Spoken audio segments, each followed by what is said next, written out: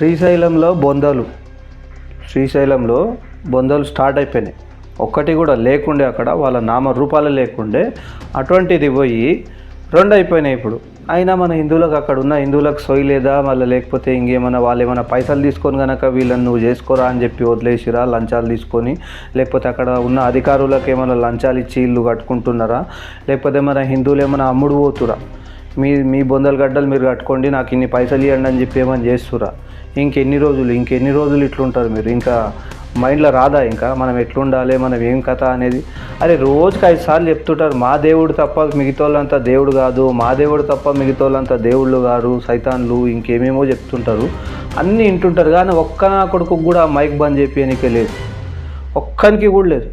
ఎంత ఏం చేసినా కూడా, ఇంటి పక్కల ఉన్నా కూడా పర్లేదు, కానీ అది వింటారు మనోళ్ళు, బాగా వింటారు చౌలారా. అదేమైనా వాళ్ళ సౌండ్ చాలా అయిందంటే వీళ్ళ ఇంట్లో ఉన్న సౌండ్ పూజ కూడా బంద్ చేసుకుంటారు కావాలంటే, కొండగొర్రెల లెక్క. సిగ్గు, శరం, మాన మర్యాద ఏమైనా ఉండాలి. మన దేవుని మీద కూడా భక్తి ఉండాలి. మన దేవుని మీద ఉన్న భక్తి ఏమైనా మీకు ఏమైనా ఉంటే, వాళ్ళ సౌండ్ అల్లా అనగానే మీ సౌండ్లు బంద్ చేయరు, మీ పూజలు బంద్ చేయరు. మనం మన పూజ చేసేటప్పుడు వాళ్ళేమైనా వాళ్ళ సౌండ్ బంద్ చేసుకుంటారా, వాళ్ళు నమాజ్ పడేది బంద్ చేసుకుంటారా? చెప్పండి. ఏడని చూసిరా? మీరు చూస్తే కనుక కామెంట్ చేయండి. ఎందుకంటే నేను చూసింది ఇప్పటిదాకా చూడలేదు. ఎందుకంటే మనోళ్ళు ఏం చేస్తారంటే వాళ్ళని గౌరవిస్తారు. వాళ్ళ సౌండ్ రాగానే వాళ్ళు అల్లా అనగానే వీళ్ళ ఇంట్లో సౌండ్ బంద్ చేసుకుంటారు. అయ్యో అల్లా అంటురమ్మా, లేదు అది అయిపోయినాక మనం సౌండ్ పెట్టుకుందాం.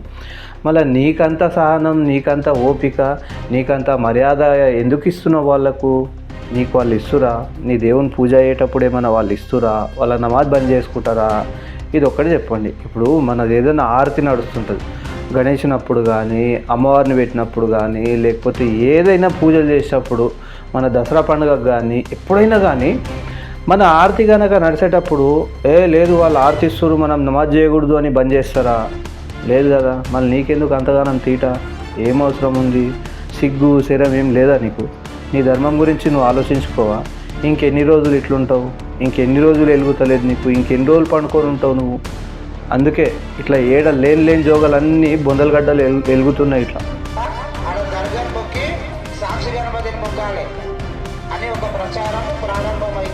చూడండి, వీడియో చూడండి, అర్థమవుతుంది మీకు కూడా. ఆ స్వామి ఏమంటుండు, శివస్వామి ఒకసారి వినండి. శ్రీశైలం గురించి ఆయన మాట్లాడుతుండు, ఒకసారి వినండి, మంచిగా వినండి. బజరంగ్ దళ్ కానీ, సేవా దళ్ కానీ వాళ్ళకు రిటర్న్ ఇద్దాం.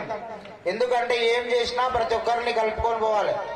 ఇప్పుడు ఏమైతుందంటే ఈ స్వాములలో కూడా, మనల్లో కూడా రాజకీయాలైనవి. రాజకీయ పార్టీలు కాదు, శివస్వాములు అంటే వాళ్ళే చూసుకుంటారు. హిందూ సంఘాలు రారు. మనం అందరం కలిసి ఏ మండలం వాళ్ళు ఆ మండలంలో హిందూ సమాజాలు ఉంటాయి కదా, బజరంగ్ దళ్ కానీ, సేవా ఏదో ఉన్నాయి కదా, ఇంకా రకరకాలుగా, వాళ్ళందరికీ లెటర్లు ఇవ్వాలి. రేపు ఎల్లుండి లెటర్లు ఇవ్వాలి. ఏమని ఇవ్వాలి? ఆడ దర్గా కట్టిర్రు, దాన్ని ఖండించనికే శ్రీశైలం ఈవోకు లెటర్ రాయాలి. ఫిబ్రవరి 13 తారీఖు వరకు ఆ దర్గాలు గాన తీసేయకుంటే ఫిబ్రవరి 14 రోజు భారీ ఎత్తున తెలంగాణ, ఆంధ్ర, కర్ణాటక నుంచి వచ్చి భారీగా ధర్నా చేసి ఆ దర్గాలను తీసేస్తామని బరాబర్ లెటర్ రాయాలి. అది ఎవరి సొత్తు కాదు, మన హిందువుల సొత్తు, ముస్లింలది కాదు. ఓకేనా? ఈ రోజు దర్గాని ఏమనుకుంటే రేపు ఇంకోటి చర్చ చేస్తాడు. ఇతర ఇంకా జరుగుతూనే ఉంటాయి. రేపటి నాడు ఏమైతే అంటే శ్రీశైల క్షేత్రంలోనే జ్యోతిర్లింగం, స్వయంభూ జ్యోతిర్లింగము, శక్తిపీఠం, అట్లాంటి క్షేత్రాల్లో దర్గా కడితే ఏం చేయలేని హిందువులు ఇంకో దగ్గర కడితే ఏం చేస్తారు? ఇప్పుడు మాలేసిన లేకుంటే ఆ మాట మాట్లాడుతుంది కానీ ఏం చేస్తారు అనే కాడికి వస్తుంది. ఆ పరిస్థితి రానియొద్దు.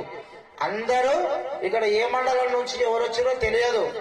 రేపు ఎల్లుండి గురుస్వాములందరూ కూడా దీన్ని బాధ్యతగా తీసుకోవాలి. బాధ్యతగా తీసుకోకుండా రీల్స్ చూసుకుంటా ఉన్నామనుకో మనము పతనం అయిపోవడం ఖాయం.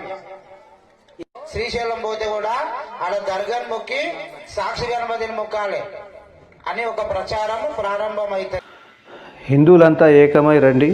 మన ఏరియాలో, మన దేవుళ్ళ దగ్గర, మన గుళ్ళ దగ్గర, ఇప్పుడు కొన్ని దేవస్థానాల దగ్గర దర్గాలు పెట్టిరు బొందలగడ్డలు. హిందువులందరూ ఏకమై వస్తే అటువంటివన్నీ అక్రమంగా నిర్మించిరా ఏంది అని చూసేసి దాన్ని కూల్చేద్దాం. మీరేమంటారు చెప్పండి. నచ్చితే నలుగురికి షేర్ చేయండి, లైక్ చేయండి, కామెంట్ చేయండి, మీ అభిప్రాయం కూడా తెలపండి. జై శ్రీరామ్.